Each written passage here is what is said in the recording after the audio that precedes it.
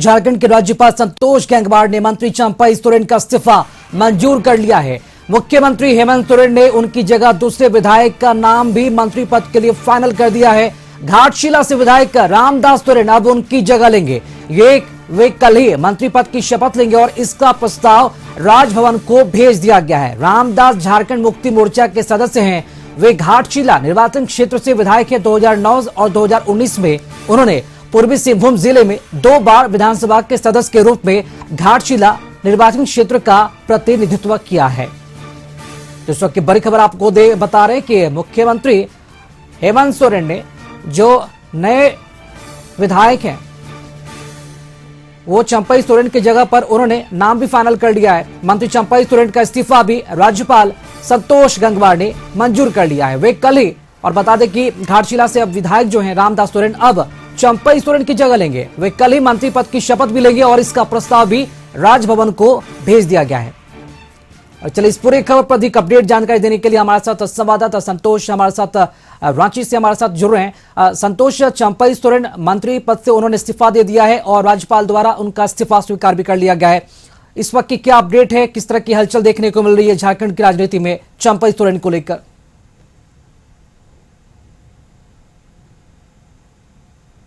कल देर रात पूर्व सीएम और मंत्री चंपई सोरेन राज्यपाल को इस्तीफा भेजा था। उनका इस्तीफा मंजूर कर लिया गया, लेकिन एक तरह से मास्टर स्ट्रोक ने खेला है हेमंत सोरेन ने। और हेमंत सोरेन ने रामदास सोरेन को, जो घाटशिला से विधायक हैं, उनको मंत्रिमंडल में शामिल करने के लिए, कैबिनेट मंत्रिमंडल में शामिल करने के लिए राजभवन में भेज दिया है नाम को। और कल ही इस वक्त की बड़ी खबर झारखंड की है कि कल ही राजभवन में शपथ लेंगे। तो एक तरह से जिस तरह से लोग हल्ला मचा रहे थे कि आदिवासी नेता कोल्हान के चंपई सोरेन चले गए तो उनका काट कौन करेगा, तो एक तरह से मास्टर स्ट्रोक हेमंत सोरेन खेलते हुए रामदास सोरेन को मंत्री पद कल ही राजभवन में शपथ दिलाया जाएगा। इनका बता दें कि 2 बार के विधायक रहे हैं, 2019 में और 2009 में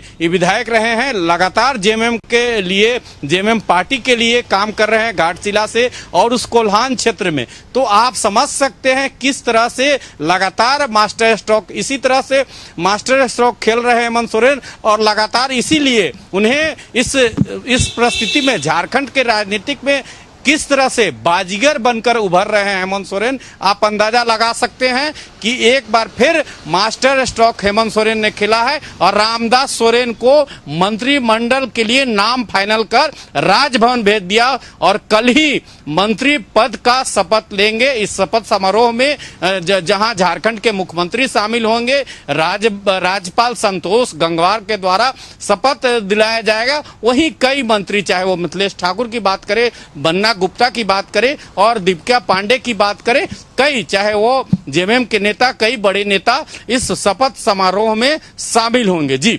संतोष, एक अहम सवाल ये भी उठ रहा है कि आखिर रामदास सोरेन का ही नाम क्यों चयन किया गया मंत्रिमंडल के लिए? क्या विधानसभा चुनाव पर इसका कोई असर पड़ेगा? देखिए, बिल्कुल जिस तरह चंपई सोरेन कल बजाबते जो शिबू सोरेन अध्यक्ष है उन पर भावुक पत्र लिखे कि जंगल और जमीन की लड़ाई हमने लड़ा है, आदिवासियों की लड़ाई लड़ा है, तो कहीं ना कहीं आदिवासी नेता के रूप में इन्हें प्रेजेंट करने के लिए हेमंत सोरेन ने मास्टर स्ट्रोक खेला है और उन्हें रामदास सोरेन को नाम का प्रस्ताव बनाकर राजभवन को भेजा है। तो एक तरह से हेमंत सोरेन का मास्टर स्ट्रोक है कि आदिवासी नेता हमारे यहाँ अभी भी बचे हुए हैं, चाहे वो रामदास सोरेन की बात करें, चाहे शिबू सोरेन की बात करें, चाहे हेमंत सोरेन की बात। तो एक मास्टर स्ट्रोक खेला गया है कम समय के लिए, क्योंकि कुछ समय के बाद झारखंड में विधानसभा चुनाव का घोषणा किसी वक्त हो सकता है। तो इसके पहले उन्हें भरपाई करना था कि क्योंकि कल जो पूर्व सीएम चंपई सोरेन है बीजेपी के सदस्यता ग्रहण करेंगे, उन्हें दिखाना था। आप समझ सकते हैं कि कल देर रात इस्तीफा राजभवन को भेजा गया, उसके बाद शिबू सोरेन को भेजा गया, मुख्यमंत्री को भेजा गया तो एक मास्टर स्ट्रोक की तरफ से कि कल ऐसे बताया जाए, लोगों को बताने की कोशिश किया जा रहा है कि हम भी आदिवासी नेता इस पार्टी में भी बचे हुए हैं और रामदास सोरेन को मंत्री बनाकर यह संदेश देना चाह रही है जेएमएम कि हमारे यहाँ भी आदिवासी नेता हैं और रामदास सोरेन को इसलिए मंत्री पद एक समय समझिए कि एक तोहफा के रूप में, क्योंकि कम समय झारखंड में चुनाव का कम समय बच गया है, तो इस एक तोहफा के रूप में उन्हें कोल्हान के नेता के रूप में स्थापित करने के लिए उन्हें एक तोहफा के रूप में मंत्रिमंडल पद दिया गया है। जी संतोष, अगर रामदास सोरेन की अगर बात हो रही है तो अगर यहाँ पर चंपई सोरेन से उनका अगर तुलना यहाँ पर कर रहे हैं तो देखना होगा कि चंपई सोरेन उम्र में भी बड़े हैं, वरिष्ठ नेता में से एक माने जाते हैं, 5 बार के विधायक रह चुके हैं, पूर्व सीएम रह चुके हैं, जबकि रामदास सोरेन जैसा कि आपने बताया कि 2 बार के विधायक रह चुके हैं। तो अगर बात की जाए तो जिस तरह से अभी इर्द गिर्द जिस तरह से राजनीति घूम रही है चंपई सोरेन के, तो क्या आने वाले दिनों में अगर वो बीजेपी में शामिल हो रहे हैं तो क्या लगता नहीं कि झारखंड चुनाव पर इसका बहुत बड़ा असर पड़ सकता है? देखिए, इस पे इसीलिए तो आपको राकेश जी बताएं कि जो स्थिति है कि रामदास सोरेन भी 2 बार के विधायक रह चुके हैं, आदिवासी नेता है।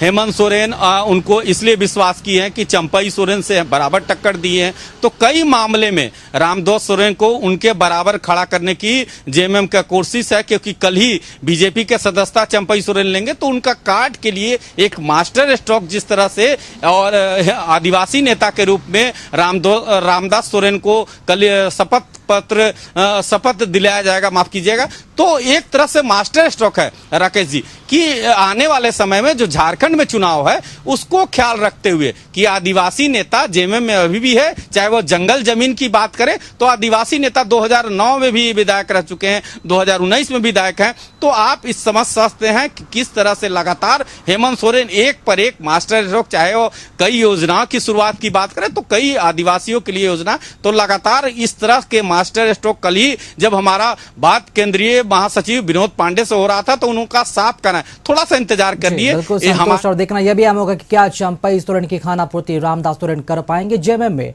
बहुत शुक्रिया आपका खबर पर जानकारी देने के लिए।